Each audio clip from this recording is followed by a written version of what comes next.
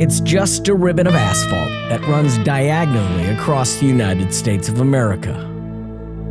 But this ribbon of asphalt ties the country together.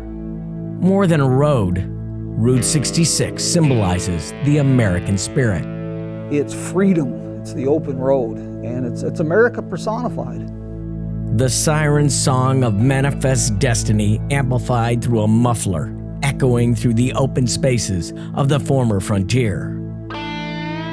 We answered the call and returned to the Mother Road to finish our western passage through New Mexico, Arizona, and California. In search of America's mythical highway, the Mother Road, Route 66. One of the most amazing things about Route 66 is this: it doesn't exist.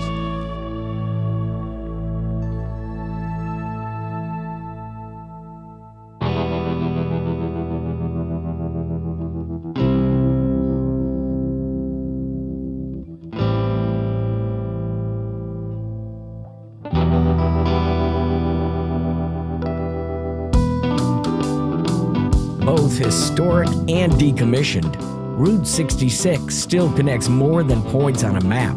It connects writers and ramblers, poets and drifters, dreamers and researchers. To think if Bruce Willis and Ben Affleck were around 60,000 years ago, this crater wouldn't be here. Cue Aerosmith. Route 66 connects the past with the present and still leaves you asking questions. What is it about Route 66 that will make a grown man saddle up on a rabbit? I have no idea.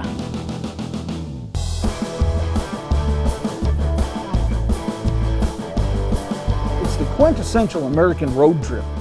I think it's just part of our heritage of moving around and wanting to travel and moving from the East Coast to the West Coast, the manifest destiny. The shield itself represents freedom, and that has endured throughout all of the different lives Route 66 has had. Whether it was an official highway or not, people still knew Route 66 is the way west. One of the most amazing things about Route 66 is this: it doesn't exist.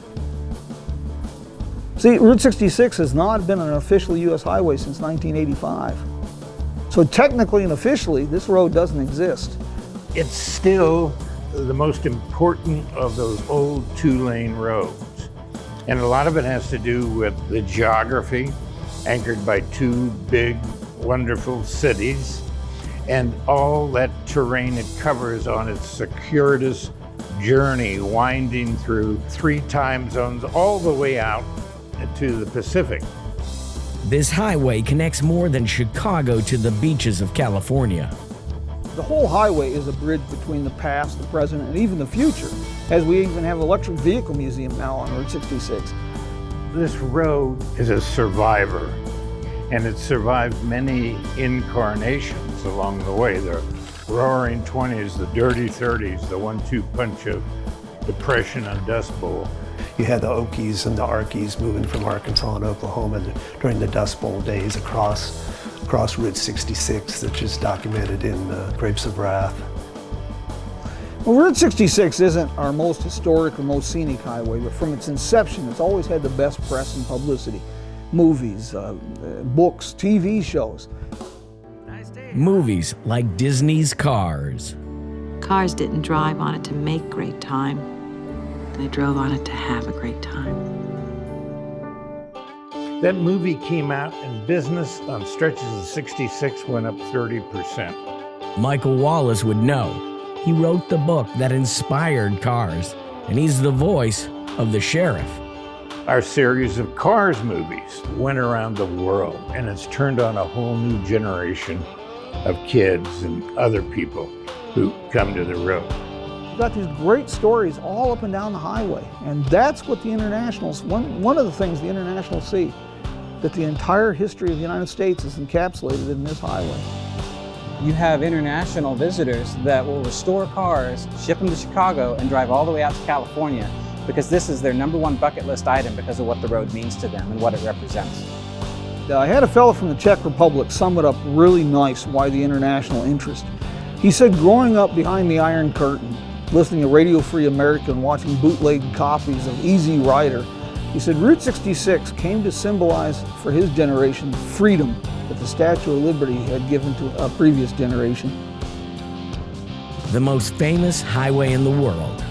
Traveling Route 66 is a journey worthy of more seat time.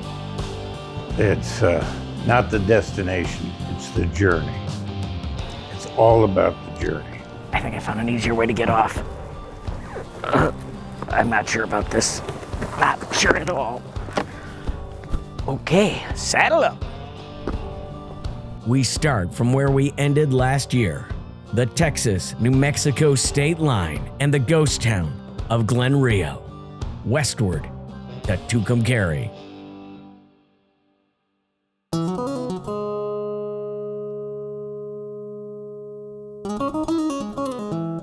Last year, we journeyed through the heart of the heartland along Route 66. We ended in the ruins of Glen Rio, a ghost town that straddles the Texas and New Mexico state line. Glen Rio had a very diverse agricultural economy at one point. In the teens, they even had a weekly newspaper there. They had a hotel, lumber company, but they also had a railroad. The entire town was bypassed when I-40 came through. It's the story of cars come to life. All of a sudden, they funneled traffic a mile from downtown. You're done. 1 year later, as we continue our quest west, Glen Rio is not ready to give up the ghost. There are plans to revitalize the old cafe and motel and add a dispensary on the New Mexico side. History repeats itself. Deaf Smith County in Texas is dry. New Mexico wasn't dry, so all your liquor establishments were on the New Mexico side of town. We'll leave the future in the rearview mirror and head westward into a nostalgic past where the asphalt disappears. This is where our tour ended last year, Glen Rio, New Mexico. And this is where we pick up the adventure. And if this unpaved portion of Route 66 is foreshadowing our trip, we are in for a bumpy ride. No pavement, no signs, and I don't have any confirmed plans. This might be a good time to say that outside of meeting our experts, nothing on this trip is set up. Nothing. No reservations, no permission, and still no one in sight. Interstate 40 may be just a mile or two over there, but right now it's just me and the buzzards. And the buzzards are circling. Did I mention we had no plans? Can't see how the Jode family and other Okies made it down these roads in those old jalopies. Sure they needed to find a chiropractor when they got to LA. For 14 glorious bone-shaking miles, you get a feel for the early days of Route 66. Wide open spaces. But that haunting, beautiful desolation is a myth, because you are not alone. Oh, there's a snake! Holy moly, did I run it over? I hope so. Oh, it's a rattler. Okay, all right, we're still on Route 66, right? We're still on Route 66. Are we still on Route 66? Are we going the right way?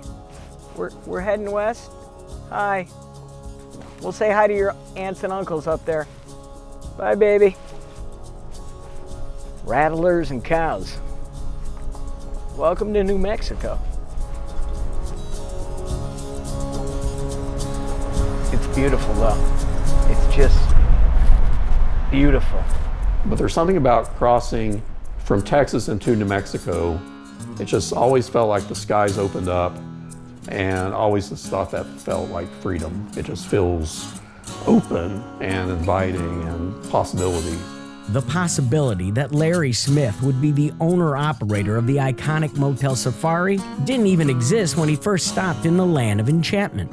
What was funny is Tucumcari is what sparked my interest, because I was moving at one point in my younger days, moving from Knoxville to Los Angeles. My friend and I stopped here to stay the night because it was an interesting name for a town, and I remembered it for a few dollars more. Giving up more than a few dollars more, Larry and his trusty sidekick Sam answered the call of the Mother Road.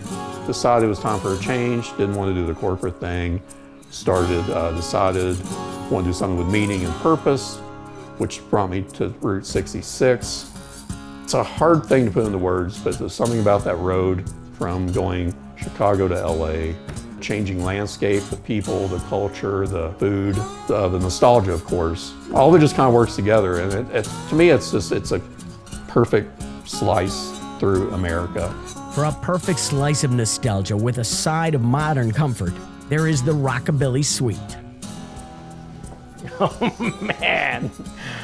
Oh, my goodness. Is this door a time machine? Because I just stopped in the 1957. We really wanted this to feel like a time capsule. It is. But still have that, the rockabilly, rock and roll, early rock and roll spirit.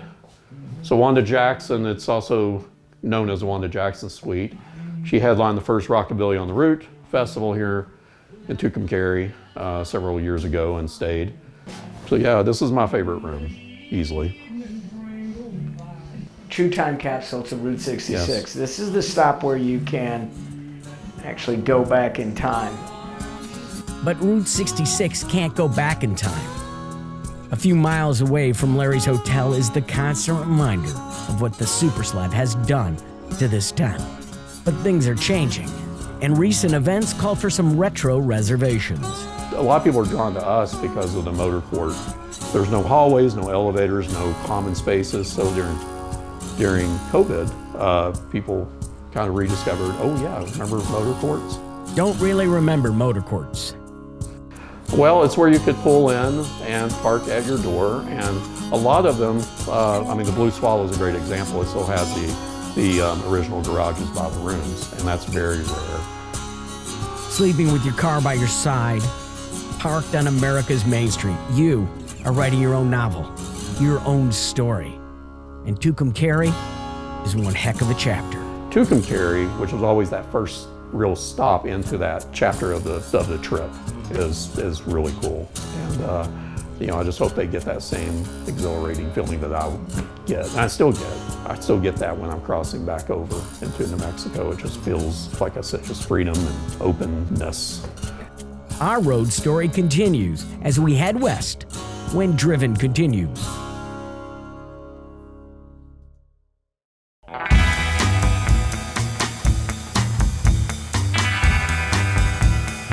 In his novel, The Grapes of Wrath, John Steinbeck called Route 66 the Mother Road because it offered hope to the desperate. He also said that interstates are a great way to travel between New York and Los Angeles and see nothing. Interstates made travel too easy. You have to work for Route 66. What I'm very careful to do is not overly romanticize this trip. This is not a particularly easy journey. If we break down on this part of Route 66, the only people that are going to find us are buzzards and extraterrestrials. If I'm going anywhere, I go prepared. And on Route 66, there are some things you cannot leave home without. Water, phone charger, maps, real maps, not just your GPS, because so many people get lost. Maps, we got. But we need water. And in New Mexico, Santa Rosa's Blue Hole has plenty.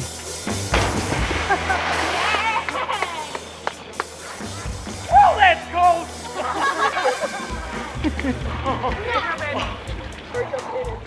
By the way, those bubbles are scuba divers. It's not me. Let's be clear about it. These bubbles are scuba divers, not me. Yeah. There are scuba divers here. The Blue Hole is one of the most popular dive destinations in the U.S. Right here in the middle of the Red Mesa. Leave the bottled water and desert behind and jump into the spring-fed, crystal-clear waters that are constantly 62 degrees. Santa Rosa's Blue Hole is unexpected underwater fun. And another unexpected find along this stretch of the old highway is the Route 66 Auto Museum. James Bozo Cordova has been rebuilding and restoring vehicles for over 40 years. Now with this museum, he and his family are bringing back chrome classics to the road they once ruled. One of the interesting things about the Route 66 Auto Museum is that you can actually buy one of these works of art. $80,000 for a Woody. I might need this when I hit the Pacific Ocean. I mean, where am I gonna put my surfboard? There are over 30 cars, trucks, and whatever that beast is on display and for sale. This mother lode on the Mother Road is at least a conversation starter. I know, but it's only $80,000 and I can drive it home. Another thing about Route 66 that makes it fun, Route 66 has always been the highway of dreams. Back on the road without my Woody, but looking forward to a treat that I could afford waiting for me in Albuquerque. For 17 miles, Route 66 runs through the heart of a city that blends the myths of the American West with a modern, multicultural metropolis. Did I just say blend? It's time for treats at the 66 Diner. This much photographed, internationally known stop is a cruise back to the collective American memory of what Route 66 was or was supposed to be. And for those who travel it today, it's what they hope to find. I was hoping to find a real shake whipped up by a real soda jerk at a real soda fountain. Dreams do come true on Route 66. Oh, it takes you back to a time before carbs, before macros, before intermittent fasting. The other thing that I've discovered on Route 66, if you are eating on the actual route, on the old highway, anything you eat, no calories, calorie-free. We want people to experience that real America, where you go into a pie palace or a greasy spoon and you have no idea what's going to happen. You might find a blue plate special that you kill your mother for. Don't touch my mama, but this is a shake I would dethrone a king for. The Elvis, it's peanut butter, it's bananas, and it turns you into Elvis right away. Man, this is amazing. It is so good. There are tourists and there are travelers. Tourists, when they leave, they take everything from home with them. Travelers try things that are new. You have to be a risk taker. There's always a little bit of adventure. That's what I'm telling you. That's what makes traveling good. You know, you don't want to be a tourist. You want to be a traveler. Oh, thank you. Thank you very much. Up next, our travels continue as we get more kicks on Route 66 when Driven returns.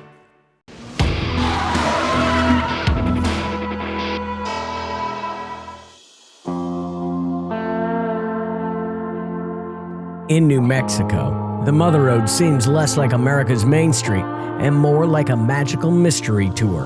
The enchantment of this land is in its ability to make time disappear, yet remain unchanged. Route 66 is best described as a string of living time capsules. Our travels had taken us almost across the state when we reached the Continental Divide, where all America's rivers flow either to the Pacific or to the Atlantic. This is the kind of landmark you had to stop at on Route 66 during its heyday. Not only are you impressed that you're at this elevation, but you learn something geographical. Yes, driving can be educational. We can also learn something from the friends we meet. We're heading west to the Pacific Ocean. Okay. What do I need? Patience, sunscreen, comfortable shoes, umbrella, Umbrella. sunglasses. Got the sunglasses. I have all that except for patience. 55 all the way. At that speed, you can learn more. You're right here on the Continental Divide, right? Yes. The highest point on Route 66. But when you travel Route 66, you see there's no division. This road brings people together, doesn't Yes, it? it does. All kinds of people. Foreign, everyone. I want to break out into kumbaya. Is that okay? Sure. We'd watch. We'd watch. We've allowed ourselves to become very divided as a people and seeing it as an us versus them. And when you travel this road, you realize that America is a diverse country. And that's our strength, that's our vibrancy, that's our color. That's the zest, if you will. To me, when I see a map of the country and Route 66, what I don't see are state lines or county borders or city limits. I see a seamless, winding, linear village. There is still the Continental Divide. Atlantic, Pacific. Atlantic, Pacific. And that's the way we're going. Westward through the song-mentioned town of Gallup and the El Rancho Hotel, where the stars from Hollywood's golden age like John Wayne stayed while they made movie magic in the desert. Here, the painted desert needs no special effects. In Arizona, we follow Route 66 to the only national park it goes through.